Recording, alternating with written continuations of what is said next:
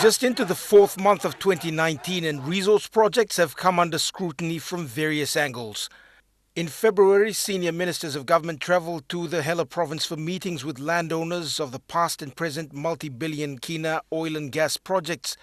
After 20 years, there was finally some progress, or at least that's the positive spin to it. There appears to be some indication that royalties locked away due to legal battles over 20 years were going to be paid after a landowner identification process.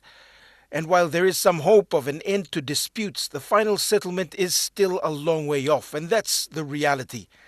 Since becoming a new province, there's still a lot of work that needs to be ironed out. The Enga provincial government still has to work its way through layers of bureaucratic processes that still favour the Southern Highlands in terms of royalty payments from the gas project. It's all that and a lot more. It's against this backdrop that the neighbouring Enga province is now looking at the Pogera mine's renegotiation through a warden's hearing. And this is a process that's reopened after the end of a mining lease. Landowners and the Enga provincial government are looking at a bigger slice of revenues and benefits, and for the first time in more than 3 decades, it appears that the national government is also speaking the same language, or it has been for the last 4 years.